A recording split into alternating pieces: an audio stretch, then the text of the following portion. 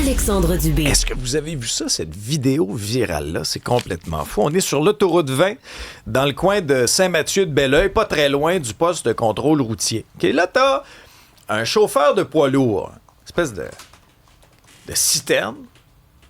Puis là, il manque sa sortie. Avec lui, puis on le voit sur les images, là, son réflexe, c'est pas « Ah, ben, prendre la prochaine, puis bon. » Ah non, non. Sur l'autoroute, il sac les freins. Il sac les breaks, puis il recule. Tu sais? Un génie. Avec sa citerne, avec son camion. Sur l'autoroute 20. Puis là, sur la séquence, là, tu vois, dans les automobilistes qui savent pas trop ce qui se passe, regardez-les, là, le champion, là. Il a trouvé le reculon, c'est déjà pas pire. Là, il recule. Puis là, derrière, là, il y a un autre conducteur de poids lourd qui, prend conscience de la situation, s'immobilise, le protège en quelque sorte, et là, t'as le conducteur, il recule, attention, avec sa citerne, avec son 53 pieds. Puis après ça, crampe en masse, crampe. Puis là, il prend la sortie. Puis on voit que les automobilistes autour ne savent pas comment réagir. Ben, moi aussi, j'aurais vu ça, Isabelle, puis j'aurais fait comme, voyons, qu'est-ce qu'il fait là, lui? C'est qui, ça, cette espèce de sans-dessin-là, tu sais? Chanceux qu'il se soit rien passé. Chanceux, tu dis? Ben, écoute, c'est clair. Cette vidéo-là, au cours de la fin de semaine, est devenue virale, a été vue vraiment plus d'1 million de fois. Curieux de savoir, moi, ce qu'en pense Jean-Claude Daigneault, président de la Fraternité des constables des contrôles routiers du Québec. Bonjour, M. Daigneault. Bonjour, M. Dubé. Réaction en voyant ça?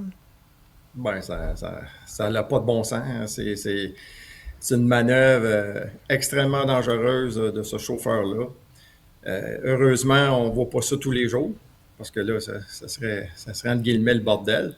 Mais ça reste que le camion transportait aussi ce qu'on, dans notre jargon, on appelle des matières dangereuses. Donc, il y avait un risque d'explosion. C'était du gaz sous pression dans ça. Fait que c'est vraiment c'est particulier. Puis comme vous l'avez bien décrit dans votre description, et là, le camion, dans le fond, il a manqué l'entrée du poste de contrôle qui était ouvert. Fait que là, plutôt que de dire je vais continuer, je vais prendre la prochaine sortie, je vais revenir sur mes pas, parce qu'on voit souvent des chauffeurs qui vont faire ça. Ben lui a dit non, là, je vais reculer. Puis il n'y a pas d'accotement à cet endroit-là à cause de la construction. Il y a des jerseys de ciment. Mais le véhicule, quand il est rentré, ben, les contrôleurs routiers qui étaient présents, ils n'ont pas fait. Ça n'a pas été bien dur de dire hey, donne-moi ton permis de conduire. Puis finalement, ils ont fait une infraction de conduite dangereuse au code de la sécurité routière. C'est 1600 $. On 4 points, mais on suspend son droit de conduire pour 1 semaine. C'était un chauffeur avec un permis québécois ou c'était un chauffeur qui venait d'une autre province? J'ai pas cette information-là à cet égard-là, là, mais normalement, des matières dangereuses, plus souvent qu'autrement, c'est des chauffeurs du Québec, mais j'ai pas l'information en tant que telle. Bon. Comment ça se fait qu'on se retrouve dans cette situation-là? Puis moi, je suis quelqu'un qui est beaucoup sur la route pour le travail. Écoutons, il y en a combien des bombes à retardement? Puis est-ce qu'on est moins en sécurité sur les routes du Québec depuis que vous êtes vraiment limité là, dans ce que vous pouvez faire en termes de contrôle routier? Oui. Bien, dans le fond, depuis mars 2025, on est confiné dans un poste de contrôle suite à un jugement du tribunal administratif du travail qui est venu décréter que notre travail était trop dangereux par rapport aux moyens de protection qu'on a. Puis là, ben, ça laissait place, le choix au gouvernement de nous armer ou de nous fermer. Fait que finalement, ils ont décidé de nous armer, mais là, ça prend un petit peu plus de temps que le gouvernement pensait. Donc, pour votre question, à l'origine, c'est certain que depuis le mois de mars, on a vu, nous autres, on a beaucoup de plaintes qui rentrent dans nos bureaux de dénonciation. Aussi, comme vous, là, moi aussi, je conduis ces routes, mon véhicule personnel, je vois des choses avec mon œil un peu plus aiguisé, mais mes membres aussi, là, que ça n'a pas de bon sens. Donc, écoutez, on a bien hâte de revenir sur la patrouille puis de se faire voir. Voyez-vous, là, cette vidéo-là a été filmée sur l'autoroute 20 à Belleuil. C'est-à-dire ce camion-là, probablement, on ne sait pas, mais peut-être emprunter le tunnel de la Fontaine, ce qui est interdit aussi. Puis en temps normal, on avait tout le temps des véhicules de patrouille, nous autres, aux abords du tunnel, pour éviter justement que les camions de matières dangereuses passent dedans. Fait que, tu sais, moi, je suis obligé de vous dire que les routes sont moins sécuritaires qu'elles l'étaient avant qu'on soit confiné dans les balances. Puis le gouvernement a même décrété une enquête du coroner public là, sur les accidents mortels qui a commencé cet hiver, puis qui va avoir 3 autres semaines d'audience là, au mois d'octobre. Donc, tu sais, le gouvernement est au courant qu'il y a une problématique, mais puis là, on a tout le dossier du chauffeuring qui vient se mêler à ça, où ce que le gouvernement n'a pas non plus légiféré de façon claire là, pour empêcher ce stratagème-là. Donc, on est...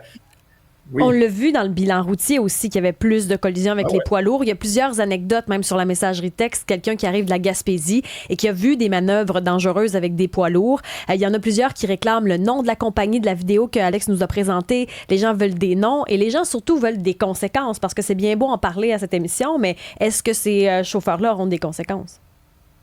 Ben oui, mais c'est ça, parce que comme il est rentré à Balance après au poste de contrôle, les contrôleurs étaient là. Fait que lui, il a eu un constat d'infraction de 1600 $, 4 points sur son permis de conduire. Mais il est reparti. Mais attendez un peu, là. Suspension de 7 jours de son permis de conduire. Oui. OK, donc là, lui, son 53 pieds, il est resté là. Il n'est pas reparti avec. Là. Il est resté là où il a été remisé, mais la compagnie avait le loisir d'envoyer un autre chauffeur. OK, bon. Mais vous me rassurez quand même. Mais juste 7 jours. 7 jours. Mais dans 7 jours, il va repartir avec son poids lourd puis peut-être reculer encore 540. Une belle place pour reculer. Ouais. Ça, c'est tout le volet législatif. Nous autres, comme fraternité, là, on est un petit syndicat. On fait des démarches pour améliorer, mettons, le code de la sécurité routière pour rendre les infractions plus sévères. Ça fait des années là, qu'on milite pour ça. Cette infraction-là, jusqu'à tout récemment, il n'avait pas de suspension de permis de conduire de 7 jours. Là. Êtes-vous sérieux? C'était juste on donnait le constat. Ouais, on donnait le constat, 4 points, puis l'amende, mais l'amende puis le constat, la personne peut le contester. Fait qu'on attend des morts, c'est ça. On attend des morts. Ben, nous autres, on avait été en commission parlementaire, puis on avait demandé au gouvernement de mettre un article similaire à celui que le Code de l'Ontario a là, sur la route, qui fait en sorte qu'on ait des sanctions beaucoup plus importantes en lien avec la gravité du geste qui est posé. Parce que, je vous dis ça, là, puis je vais faire juste un comparatif. Là. On vous attrape avec votre cellulaire au volant, je vous donne 5 points. Puis là, ça ne veut pas dire que vous avez tué quelqu'un. Là, je ne suis pas en train de dire que ce comportement-là est correct. Mais bon, tu peux être arrêté une lumière, tu prends ton cellulaire, 5 points. Lui, ce chauffeur-là, là, il a risqué de tuer du monde. Il a fait quelque chose d'extrêmement dangereux. On était chanceux, là, parce que peut-être les mêmes images, on aurait vu une catastrophe routière. Là. 4 points. Avec des enfants à bord. Ouais, c'est ça. Le code n'a pas été adapté au Québec en fonction de la dangerosité des infractions. Là. C'est la même chose avec ce qu'on appelle les logbooks électroniques ou les heures de conduite des camionneurs, où il y a des dépassements fulgurants qu'on a constatés depuis les 2 dernières années. Puis bon, on est encore là, une infraction là, de 500 $ au chauffeur, puis la compagnie continue de perpétuer ça parce que c'est la compagnie qui est la responsable de ça. Fait que, et c'est malheureux. Moi-même, personnellement, j'ai vu un camion avec une remorque, là, comme on voit un peu sur la vidéo, là, prendre un virage en U sur l'autoroute 10. L'accotement, qui sépare pas l'accotement, mais le terre-plein entre les deux, là, il fait 15 pieds. Puis là, ça a 53 pieds de long. Ça n'a pas de bon sens. Ça a freiné des deux côtés dans ce cas-ci. J'étais là, je l'ai vu. Question de Patrick, qui est contrôleur routier. Ce serait intéressant de se poser la question, où sont-ils les contrôleurs? Je passe régulièrement les balances. La plupart sont toutes fermées. 300 agents aux balances. On devrait avoir plus que ça dans les heures où il y a beaucoup de trafic. Là. Donc, ils se questionnent là-dessus. Êtes-vous à heure réduite ou... Non, on est écœurés d'être dans les balances, là, le vrai mot. Là. On est écœurés parce que ça fait 17 mois qu'on est là. La problématique, c'est que quand tu rouvres un poste de contrôle comme celui qu'on voit, ben c'est pas bien long que les camions s'empilent un en arrière de l'autre parce que toutes les balances ont été installées dans les années 70. Ils n'ont pas été faites, ça n'a pas été designé pour recevoir le flot de trafic de camions que lui a augmenté, a été multiplié par 4.